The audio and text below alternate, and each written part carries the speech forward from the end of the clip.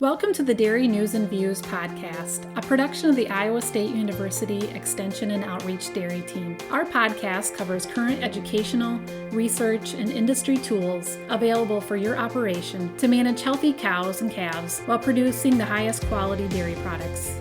Thanks for joining us today on Dairy News and Views from the ISU Dairy Team. I'm Jen Bentley, Northeast Iowa Dairy Field Specialist, and today I'm here with my Extension Dairy Team colleagues, Fred Hall, Northwest Iowa Dairy Field Specialist, and Dr. Gail Carpenter, Assistant Professor and State Extension Dairy Specialist, as we discuss today's topic with our guests. So welcome back to the podcast, Fred and Gail.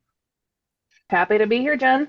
Always happy. And, I think we're hitting this perfect. These 70-degree days we had changed how things looked. And we talked about that in the webinar. That is for sure. Things are greening up, and so things are changing, right? So we're happy to have on our podcast today Shelby Gruss, who recently was hired as a state forage specialist with Iowa State University Extension and Outreach. And Gruss is here helping to educate Iowans about the value of forage production and address issues related to forage management, pests, and diseases. So welcome back to our podcast, Shelby. Thanks for having me. I'm excited to be here. Yeah, I know we had you on when you first started with Extension a few months ago or a few weeks ago. Months ago, right? It feels like a few weeks, but it's been about 4 or 5 months now. So. Oh, so you're a pro now. Sure. Yeah. Well, you recently participated in our dairy webinar series as we're providing more information about forage assessment and some considerations that we want to have producers looking at as we're kind of entering the spring season. Like Fred said, things are warming up and we want to make sure that we're assessing those forage stands properly and can have a plan in place as we get into the season here. So that's kind of what you covered during that webinar.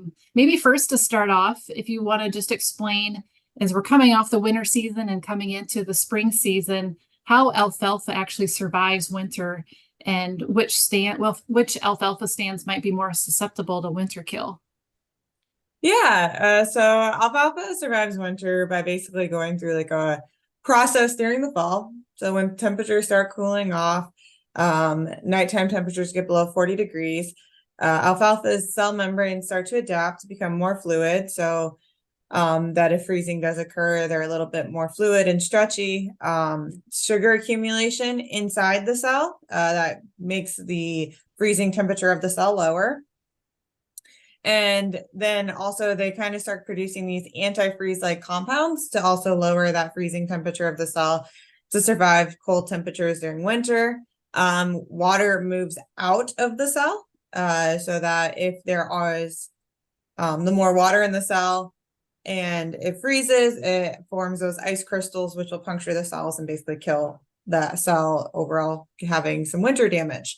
And so through that whole process during the fall, it prepares alfalfa for winter, which we start to get to higher tolerance to cold temperatures. So instead of 32 degrees, we're talking more 5 to 15 degrees alfalfa can be tolerant to.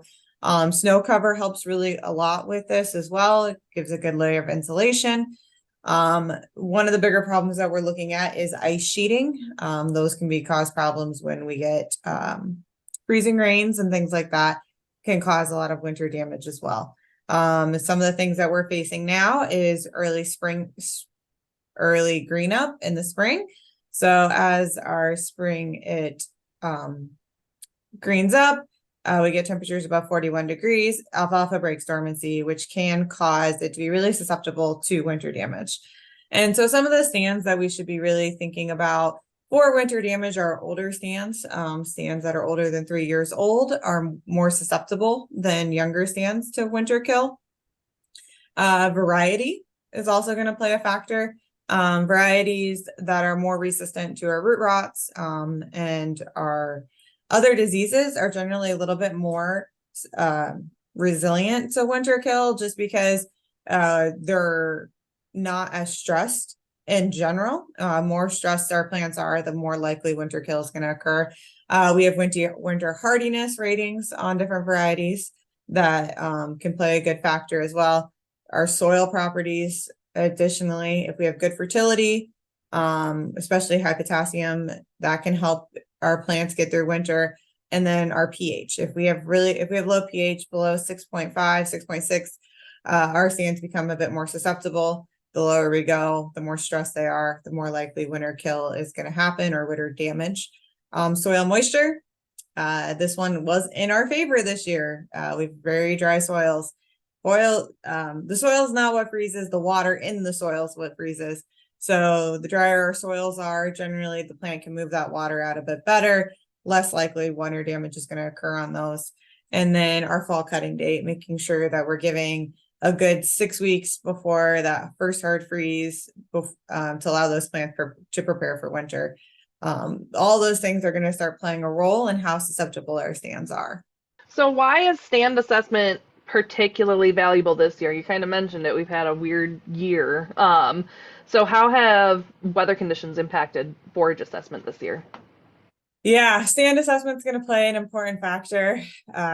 We've had crazy weather. Technically, I would say we've had a mild winter, but within that mild winter, we've had really low lows that have lasted for about 2 weeks in mid-January. Luckily, we did have some snow cover at that time. And then we've had some really early green ups, and then our temperatures dropped again.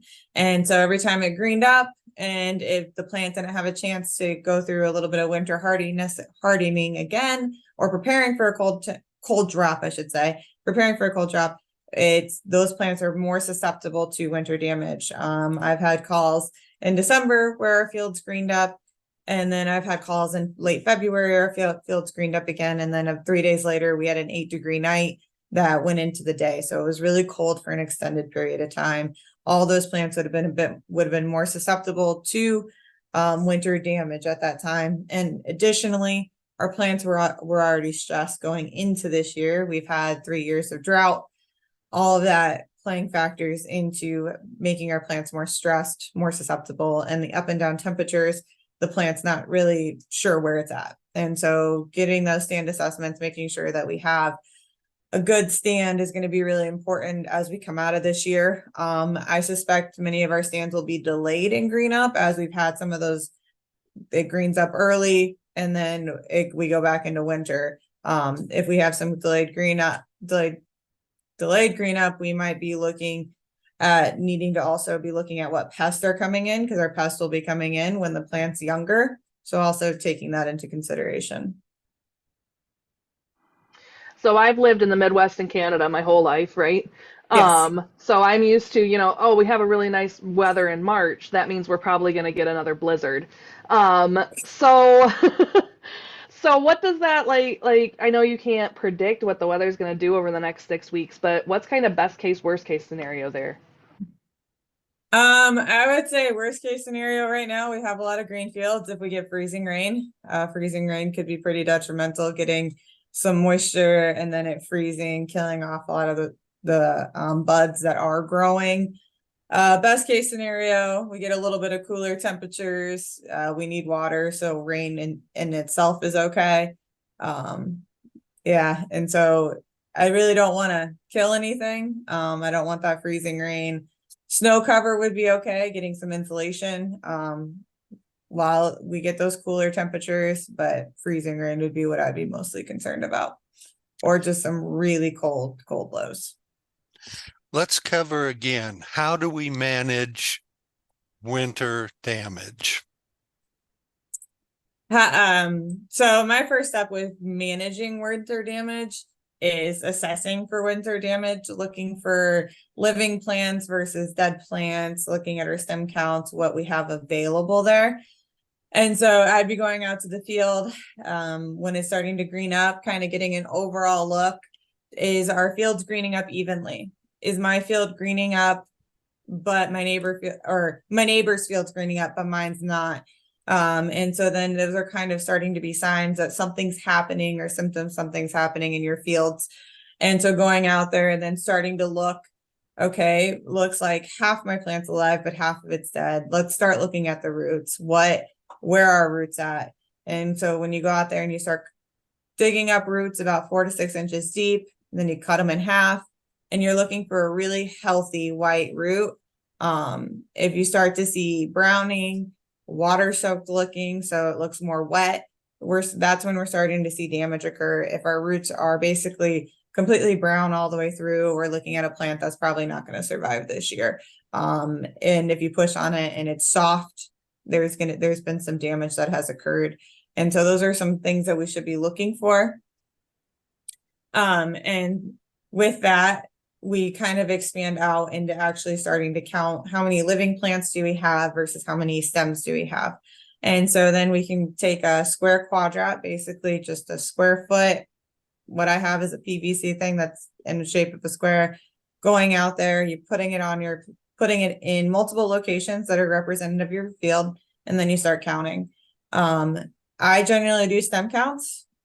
And so what that looks like is you put them out there and you look for 55 or more stems in that square quadrat for a good stand that you can get your max yield. When you start getting less than that, then we're starting looking at a deficit in our yields. And so then after, it's like, I believe around 40 to 55, we're still in an okay range. We could be looking at a 30% hit on our yields depending. And then below that, we should be thinking about doing something else. And then for stand counts do vary on how old your stand is. Generally speaking, the older your stand is, the less plants you're going to find in that square quadrat. But our goal is for a stand that is over 3 to 4 years, we're looking for 5 or 6 plants in that quadrat, in those areas. And for stands that are less than are a year old, we're looking for more than 12 plants. And then between year 2 and 3, it ranges a little bit. I think it's like 8 plants, more than 8 plants in year 2, and then more than 5 plants in year 3. And so it's going to change depending on how old the stand is. And so that'll give you a good idea, at least an estimate on what yield you should be expecting, or if I need to do something else. So what else might you need to do once we've assessed our winter damage? What's the next step? Some of the other things you can do is you can interseed. Interseeding is a great option, and that can depend on what your goals are. If your goals is just to extend the stand life, you need yield and extend the stand life. Interseeding with perennial grasses is a great option there. That can get you that yield back and extend that life. If you're looking for quality for the next year, maybe 2 years, and that yield, some of our clovers are great options, like our red clover, our brucine clover. Those can help with the quality while extending the stand for this year. And then one that you can extend the quality and persistence is birchwood trefoil, but we probably will not be getting the yields out of that as a normal pure alfalfa stand. And so those are some options to extend the life of the stand. Other things are, you could be rotating. If it's rotating out, do not rotate back into alfalfa. We want to avoid autotoxicity problems. So rotating into corn silage for a year or something else is an option.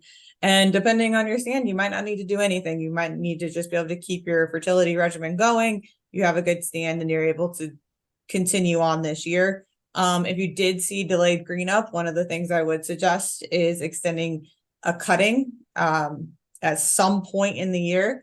That delayed green up is probably because we have used some of those reserves during the middle of the winter when we did not want the plants to green up. And so after our first cutting, maybe your second or third or your fourth, if you can get your fourth in, extending that from, say, if you're on a 28-day cutting schedule, extending it to 30, 33 days to give that plant a chance to put more root reserves back into the root. So that can help for the following years. And so those are just some of the things that you can do and to consider after you've done your stand assessments.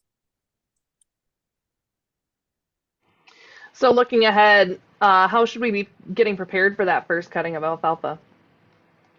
Yeah, so as we're preparing for that first cutting, we want to make sure that we can get the best quality we can.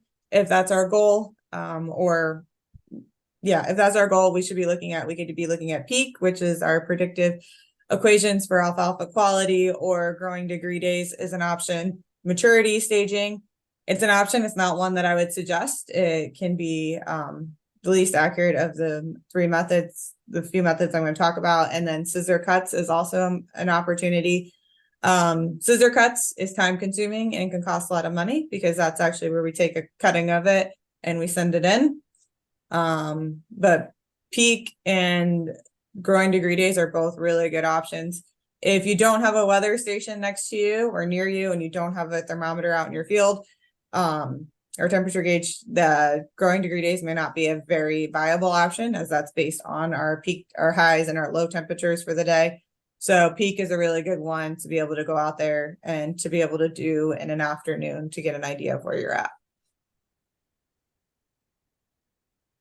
I know our dairy team offers, we do the peak every spring. So we have a couple fields that we monitor throughout the state. Well, it's a good indication of what that field is doing, right? It's still probably important that everybody's kind of monitoring their own fields too, because there's probably is variation from field to field as far as when that first cutting should happen.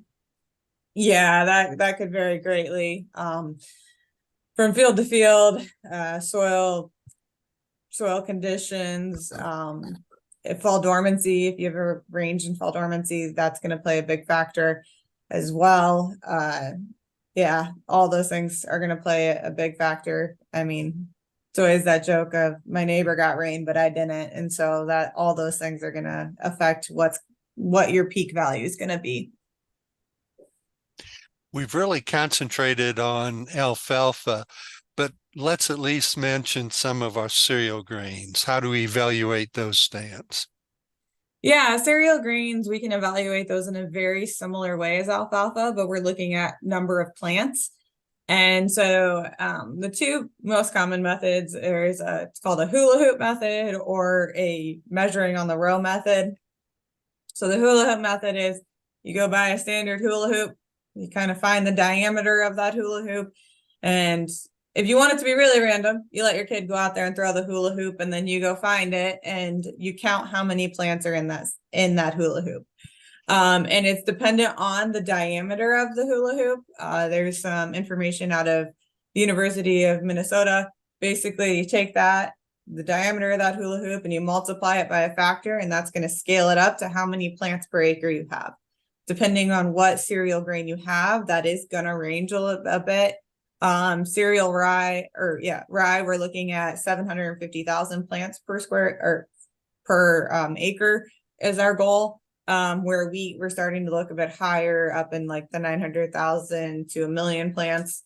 And so that's one method.